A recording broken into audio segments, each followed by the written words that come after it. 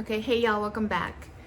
I'm gonna post this reading probably later in the week of July, what is this, the 27th, 2026.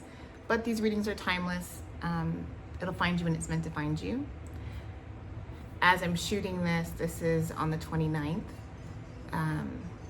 which is the Jupiter Kazemi in Leo, which I've mentioned a couple of times, and I think it's just weighing on my spirit that this is a really magical day. This day just feels so exciting and rich, and I've been getting some downloads over the last few days that have come through in the last couple of readings. But I want to pick up on this message because, y'all, it's been so affirming for me. And so if I can share this with you, and I know that this applies to a pretty big section of the collective, and so let's dive into it. I did a quick pull. Look, I pulled 3 cards again. We pulled the same card that came up earlier in the week, which is foresight. We also pulled presence. And then from our other deck, we pulled Ishtar. So let's get into it. I'm gonna kind of work backwards because I'm gonna tell the story and then we're gonna look at the cards. And I'll just say that I think so many people connect to deeper understanding of self and others through stories, and sometimes stories are exactly the medicine or exactly the guidance that we need. So I'm gonna tell you a little bit about me. I am someone who's pretty private, but I will reveal and share little bits and pieces of me as spirit calls us forward. Let's just say that I have a lot of water and fire in my chart, particularly fire. I got a lot of strong Aries. I got a lot of strong Scorpio in my natal astrological chart. And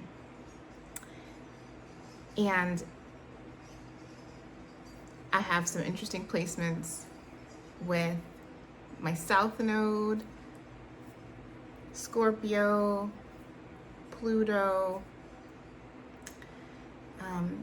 and then my North Node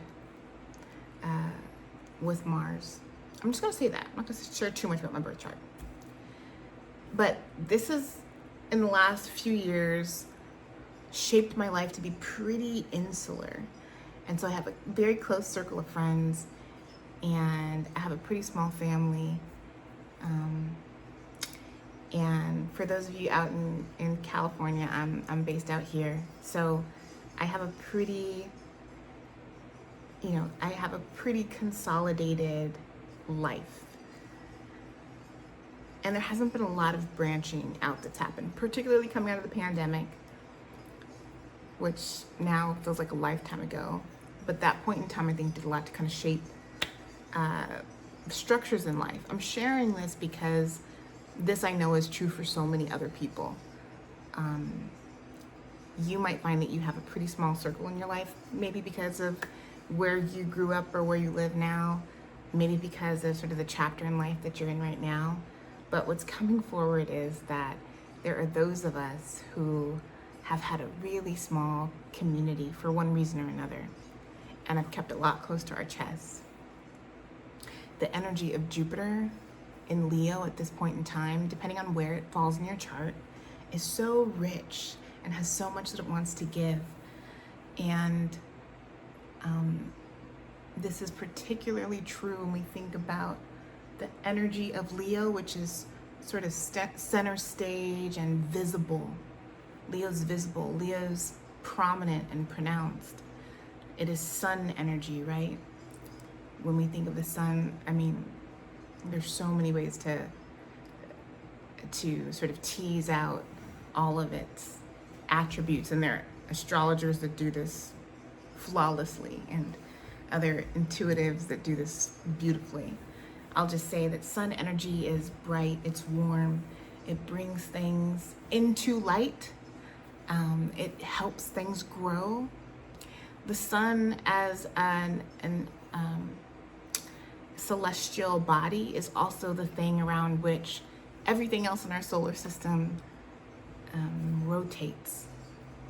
And so when we think about Jupiter in Leo, Jupiter with sun energy and the other attributes that we know Leo to offer, this is a time that you really can't avoid being recognized. You really can't avoid being seen. And oftentimes what comes with being seen and recognized is that more people gravitate into your life. And this can be exciting, and maybe this can also be like, what the heck? But it's good. And it's made even more good depending on how you choose to embrace the energy. And this energy wants to give you so much. So in one of our earlier readings this week, foresight came up. And so I want to share a story about foresight. I want to share a story that also calls in this theme of presence, and to some degree this figure that is Ishtar, which also has associations with Inanna and Venus. So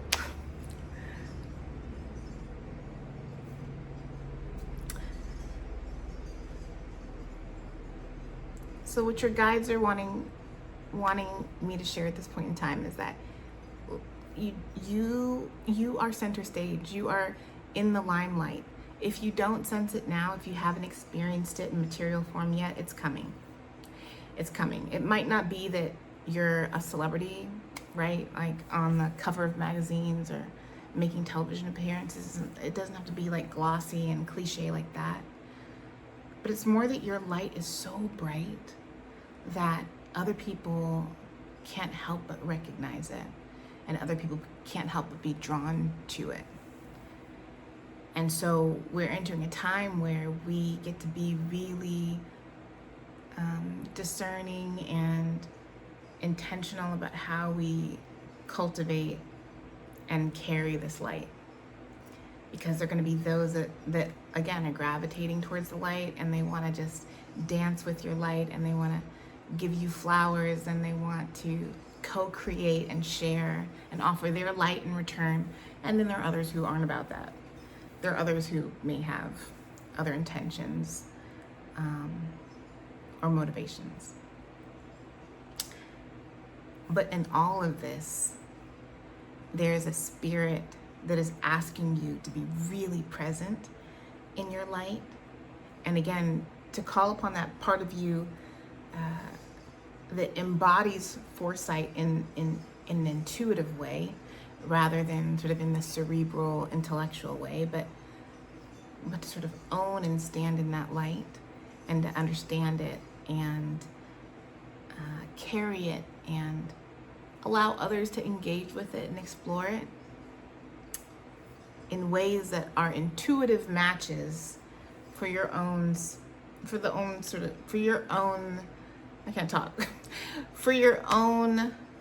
spirit. In other words, like, you want to align yourself with other forces of light and allow your light to be in spaces that are resonant matches for that which you are. So someone or something that matches your own texture and tone and qualities of your own spiritual light. And so this sounds like, maybe this is sounding like too woo-woo, but this becomes important because, again, we're drawing a lot of attention to ourselves at this point in time, because that's what Spirit's calling on us to do. You know, there's starseeds among us. There are others who have really particular purpose here in this life, or have really clear ideas about what you want to experience and receive from life. And even those of us who are on our journey and like still wandering and wondering what experiences we want to call into our life. And so we're these beacons even in our process, and we have to be really aware of that, and we have to pay attention to who comes our way and have ways of recognizing who is and isn't for us. I hope this is making sense so far. Stick with me. So I want to share an experience that I had recently that I wouldn't otherwise share, except I do believe that this is the vibration that is both inevitable and also just so, it's just thrilling. And so if we can enjoy this ride, it's going to be tremendous. So a couple of weeks ago, I met someone randomly at a grocery store.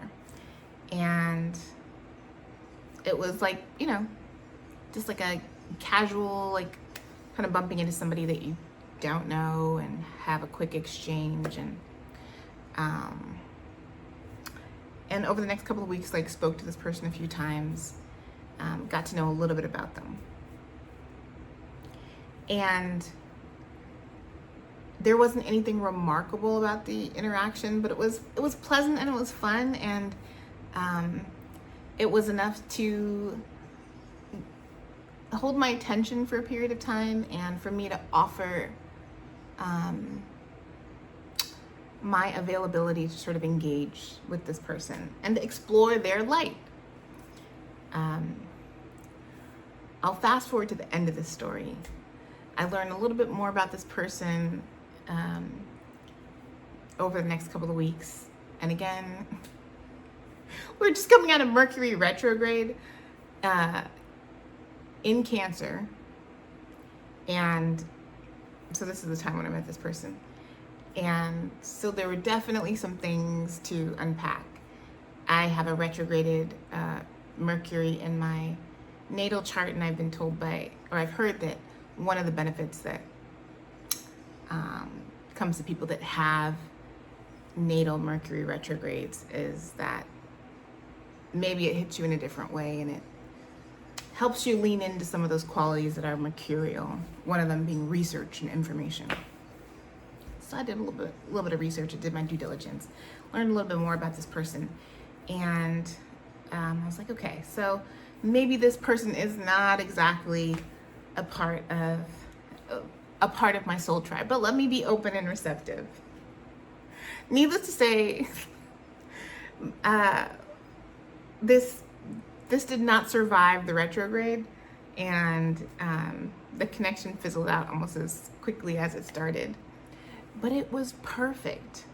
So this is what I want to get to. This was a perfect experience, and it was so useful, not just in a functional way, but it was also inspiring. And what Spirit's offering to me in me telling this story is that there's a benefit in sharing it's not even the lessons, the activations that occurred as it relates to meeting this person and what the story of this experience of meeting a person means in this point in time. Again, we're here in July of 2026 when I'm recording this, but this is timeless, so it'll find you when it's meant to. This is a point in time in your life where even when you're not trying to, you're capturing the attention of people. You are bewildering in the most like beautiful and magical way to people. You are just bright. You really are just bright. And so these kinds of encounters are going to continue to find their way into your life. And what's meant to happen is you're meant to gain access to the parts of your soul that light up in additional ways when you meet people, or when you have certain experiences that are interesting to you or exciting or like curious. I know I tapped my chin. So this energy is bringing into your life, like, it's a muse, right? It's muse energy.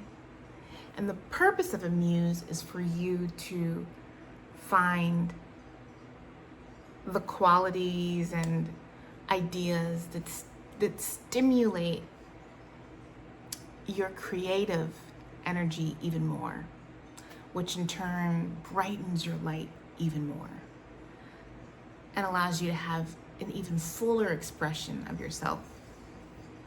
So in meeting this person, who obviously was not a good fit for my life in many ways, I absolutely was activated by this experience, not the person, but the experience. And it drew additional clarity for me in terms of what I want to call into my life, what I am actively calling into my life and continuing to further refine based on my additional clarity and contrast. Abraham Hicks talks a lot about knowing what you don't want helps you understand what you do want. And I believe that wholeheartedly. And in that process of refining what you want, you just bring into sharp focus your ability to vision that thing. And not only vision it mentally, but vision it on a heart level. And that can feel like an emotional resonance, an emotional harmonizing that occurs when you can take something that happens in your field of experience, when you can kind of hone in on that thing, identify it, recognize it, and then you ingest it, right? Like it becomes embedded in your intuitive body, and you can feel all of the good, all of the love, all of the light, all of the excitement that comes from that process of, muse type inspiration to recognition to the alchemization that happens in your process of creative expression that then finds itself situated in you and embedded in you. And that's when the manifestation happens. When you can go through that process and in the end it ends up a part of you. So I met this person who's totally random. I'll probably never see them again in my life, but I got so much good feedback, like spiritual feedback from that encounter. It woke something up in me. It activated something in me that created a pretty sharp depiction, a pretty crystallized depiction of exactly the kind of love I want to bring into my life. And this is true for the collective. I'm not normally sharing stories about myself. And this again is a story. It's meant to hopefully, I keep using resonate. Hopefully there's something about this story that on a soul level feels coherent. And for those in the collective where there is sort of a realization like, oh yeah, I know what that feels like, or I've been there, or I can imagine that. Like this is for you. And if this kind of experience hasn't found you yet, it will. Because again, this is the energy that we're situated in, and so this is really not ever about any one person. It's about all of us, and we are all unique expressions of divine intelligence and creativity and love. but there's so much harmonizing of this energy that's happening in the quantum and in the quantum field, in the collective experience. So hopefully the story has some resonance. But yeah, I left that experience feeling like, okay, I don't know who the stranger is, but actually I really know what I want. This person helped me get really clear on something that I didn't actually even know that I wanted. And maybe not even just one thing, maybe a couple of things. And maybe these few things that just seemingly randomly became really clear for me right now. It's also waking up in me some really clear ideas about what I want to do next as I prepare myself for this particular kind of experience that I'm manifesting, that I'm calling into creation, and is soon to be in my materialized experience of life. And that is so fun. That is so much fun. This energy of Jupiter in Leo is meant to be fun. It's meant for you to have full reign of your creative, divine, beautiful, soulful self. And whatever that is that you want to create, it's available to you, and particularly love. I want to touch on the last card that I pulled, which has come up in the collective in some of my other readings earlier this summer, Ishtar.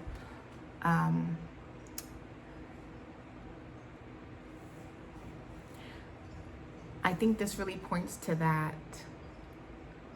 element of discernment, and also transformation. So if you look up the story of Ishtar, there's a huge body of like folklore that sort of encompass this story. But one of the main arcs of Ishtar's story is that she dives into sort of the belly of the underworld and is transformed by it.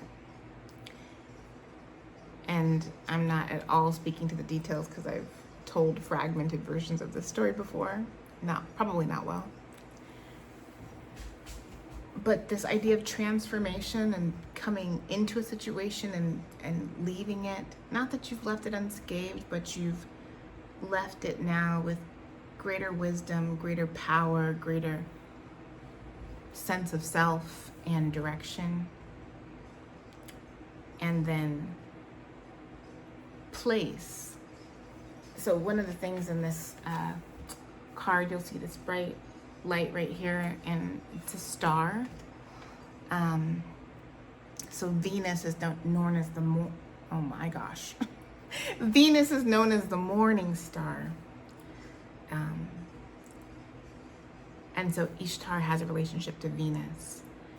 And it's interesting because as we talk about Leo energy, and I haven't talked at all about Jupiter, but we know that Jupiter is all things expansion. Jupiter ushers in abundance and luck and fortune, but absolutely also expansion, amplification. It's interesting that what's coming forward in this reading is also the light of the morning star of Venus, and Venus being love, beauty, pleasure, comforts, and luxury, and all the things in life that are so delicious. This just really underscores Spirit wanting to communicate that this is the time for you to create your dream life, your most delicious conception of love. If you can imagine it, you can absolutely have it, and that which manifests for you will absolutely exceed that which you've even imagined, because the universe is that creative and intelligent and loving.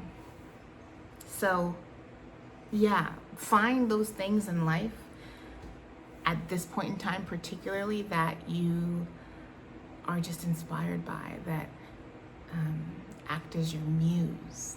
If that's a person or an experience or a subject matter or an interest.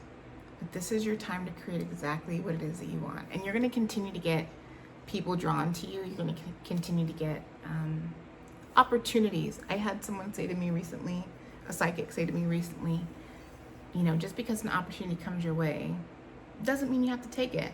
It might still be a good opportunity, but know that you are deserving of exactly the kinds of experiences that you want. So just because something's offered to you, just because somebody approaches you, just because experiences enter your life, don't mean that you have to take that option. You know, you're meant to have discernment and foresight. You are wise and intuitive, and you are deserving of exactly what you want. So I just think this is going to be an incredibly beautiful time, and continue to find those points of contrast in your life where you recognize things that you don't want, and let that create for you a really clear depiction of what you do want. And it might be surprising, and it might not be anything you had on your radar. And it might be a little mysterious or intriguing, but this is a playful energy. This is a playful energy. This is a playful energy that's in the field. It wants you to play with it. It wants you to run out there and scream to the top of your lungs exactly what it is that you want, and to do it with your full chest, and to do it with the brightest smile and the most open of hearts. And if you can do that, or if you can do your best, whatever that looks like, without judgment, special things are waiting for you. I hope this helps.